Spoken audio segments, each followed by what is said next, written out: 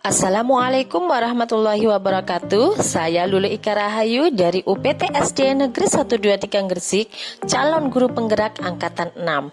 Di sini saya akan memaparkan tugas saya dalam demonstrasi konstekstual modul 1.4 budaya positif.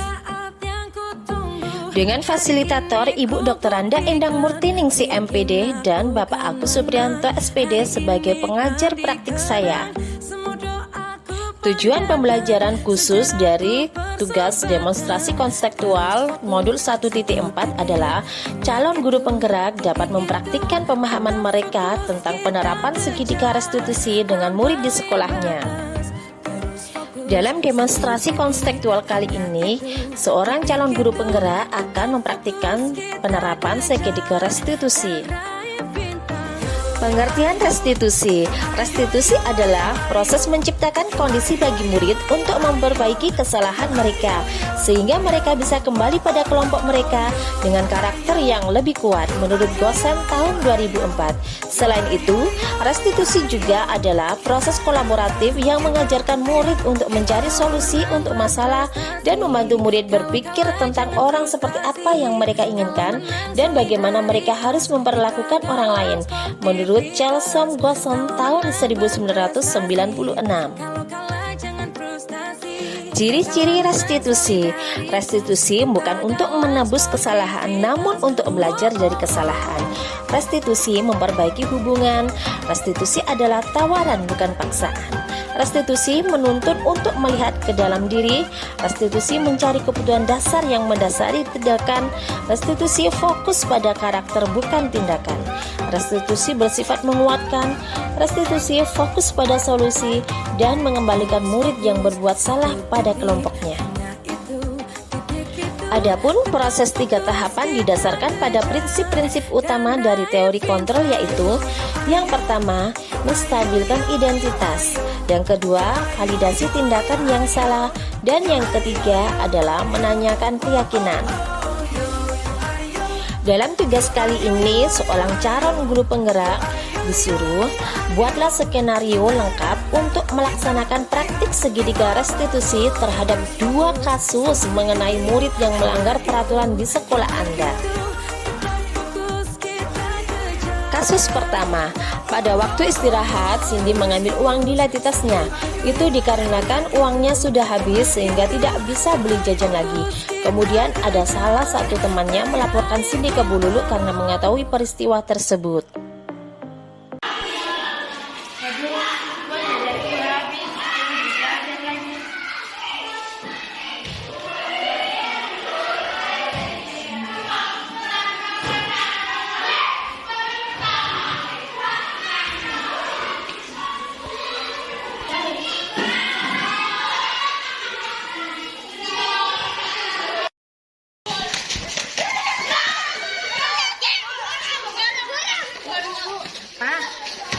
Saya lihat sini ngambil uangnya lagi kan. Oh ya, suruh menghadap ibu aja dulu ya. Assalamualaikum. Waalaikumsalam, silakan masuk Mbak Cindy.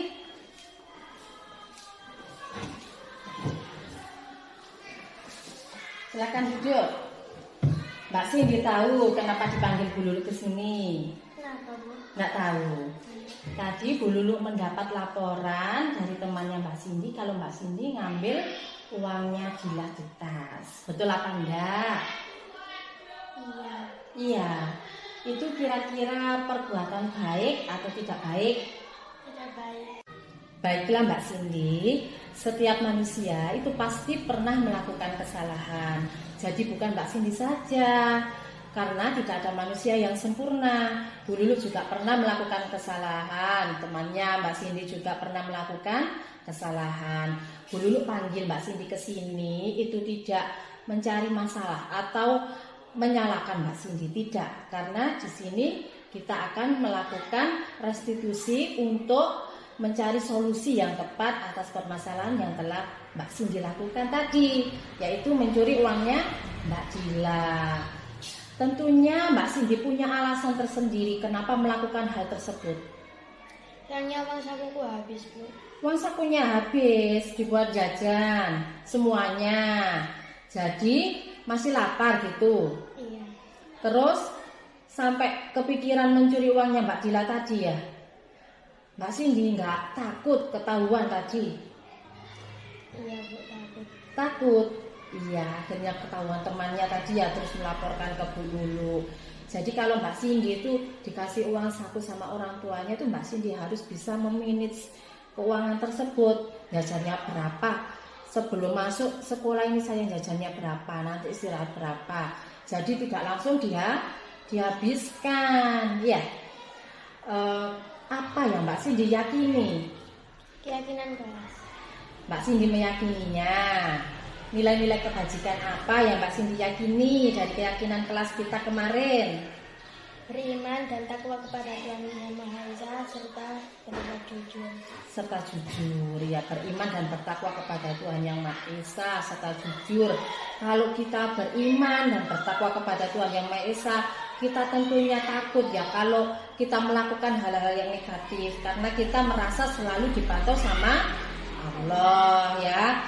Jadi kita bisa memanage diri kita agar selalu berbuat baik. Jujur berarti berkata apa adanya, tidak berbohong, termasuk tidak mencuri. Coba bayangkan Mbak Cindy, kelas yang ideal itu yang bagaimana? Semua guru dan murid melakukan keyakinan kelas. Semua guru dan murid melakukan keyakinan kelas. Keyakinan kelas yang kita buat kemarin ya, harus kita sepakati kan kemarin dan kita laksanakan. Harus kita laksanakan dengan sungguh-sungguh, tidak boleh dilanggar. Kira-kira Mbak Cindy untuk kedepannya ingin menjadi orang yang bagaimana? Sebenarnya cita-cita saya ingin menjadi dokter, Bu, sehingga saya menanamkan rasa kejujuran. Oh, bagus sekali ya, cita-citanya ingin jadi dokter ya.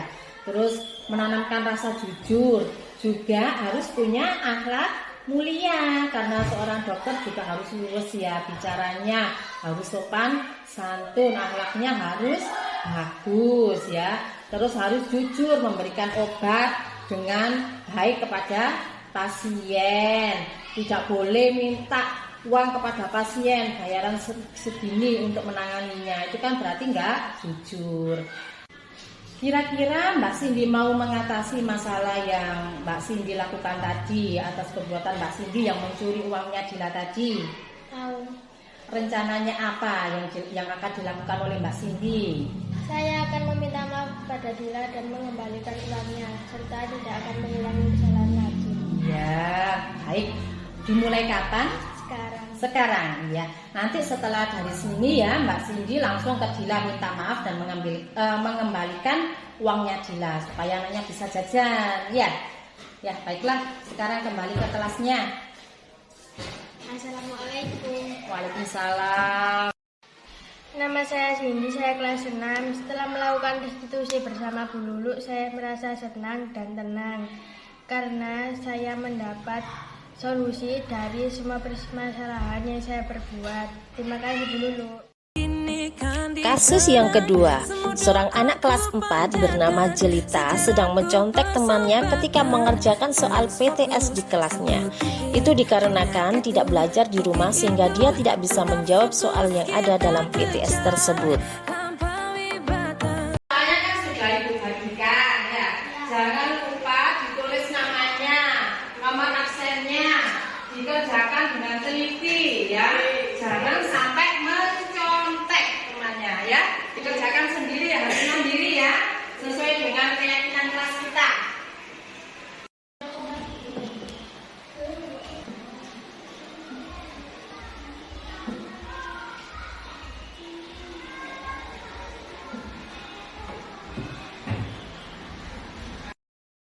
Mbak Jelita, Ya. nanti datang ke rumahnya Ibu ya. Ya, Bu. Ya, Ibu tunggu ya. Ya. Untuk yang lainnya harap dikerjakan, diteliti lagi, jangan sampai ada yang salah. Dilihat namanya ya, sudah benar apa belum.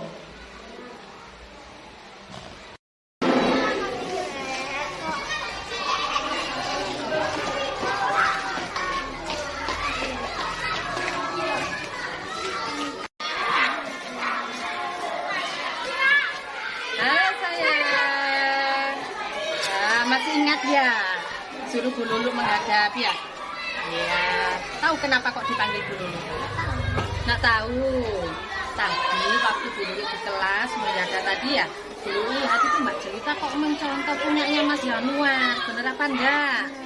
Bener. Itu perbuatan baik apa dulu? Dulu. Kenapa dilakukan? Kalau dulu oh, karena tidak sempat belajar tadi malam. Begini ya Nak ya, setiap orang itu pasti pernah melakukan kesalahan. Tidak ada manusia yang sempurna. Termasuk Bu Lulu. Bu Lulu juga kemarin itu juga pernah melakukan kesalahan. Jadi di sini Bu Lulu tidak menyalahkan siapa-siapa, tapi Bu Lulu mencari solusi untuk permasalahan yang Mbak Jelita lakukan tadi. Ya, tentunya Mbak Jelita punya alasan tersendiri ya kenapa melakukan hal seperti itu tadi.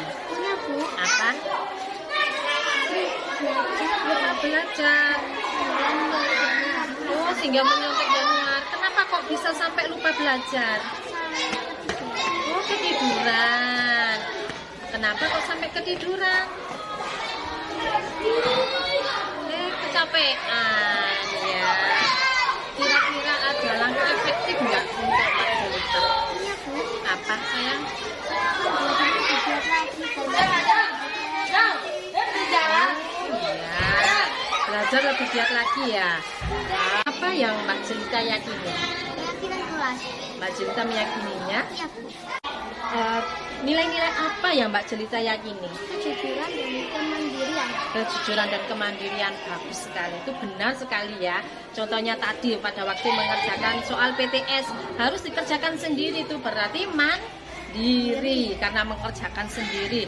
Dan juga harus jujur, tidak boleh mencontek, itu adalah suatu perbuatan yang jujur. Coba Mbak Jelita bayangkan kelas yang ideal itu yang bagaimana? Keyakinan kelas dan semua guru melaksanakan keyakinan kelas. Semua guru dan murid melaksanakan Keyakinan. semua guru dan murid melaksanakan keyakinan kelas. Selanjutnya itu Mbak Jelita itu ingin jadi orang yang seperti apa sih? Cita-cita saya mau menjadi polisi dan saya akan tahu jujur dan kemandirian. Oh, cita-citanya bagus sekali menjadi polisi ya. Ingin menanamkan dalam dirinya Mbak Jelita nilai kejujuran dan kemandirian. Memang betul sekali ya. Jadi seorang polisi itu harus punya sifat yang jujur dan harus mandiri dalam menghadapi berbagai kasus. Itu harus bisa dilaksanakan secara mandiri dan tidak boleh dicoba, artinya jujur. Tadi kan Mbak Jelita sudah meyakini keyakinan kelas kita ya, kesepakatan di dalam kelas kita, yaitu nilai kejujuran dan kemandirian. Selanjutnya tuh Mbak Jelita itu ingin memperbaiki dari kesalahan Mbak Jelita tadi. Iya Bu. Mau? Siap. Siap. Kira-kira rencana apa yang akan Mbak Jelita lakukan? Saya akan terus belajar lagi dan habis sekolah saya akan belajar, terus habis maghrib saya akan belajar dan saya akan Habis maghrib terus belajar. Ada orang tua enggak di rumah? ada Ada. Terus sampean kalau bisa memberitahu orang tua supaya mengingatkan, saya untuk belajar. iya, mengingatkan Mbak Jelita buat belajar ya.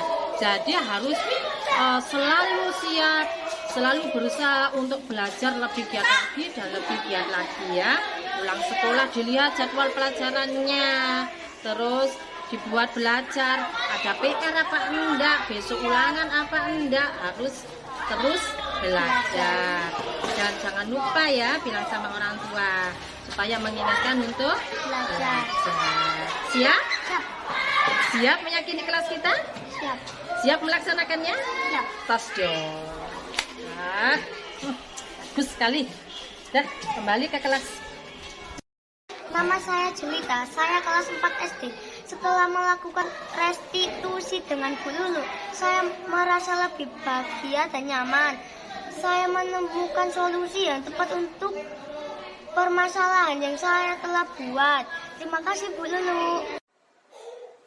Demikian tugas demonstrasi konstekstual mengenai praktik segitiga restitusi yang telah saya buat.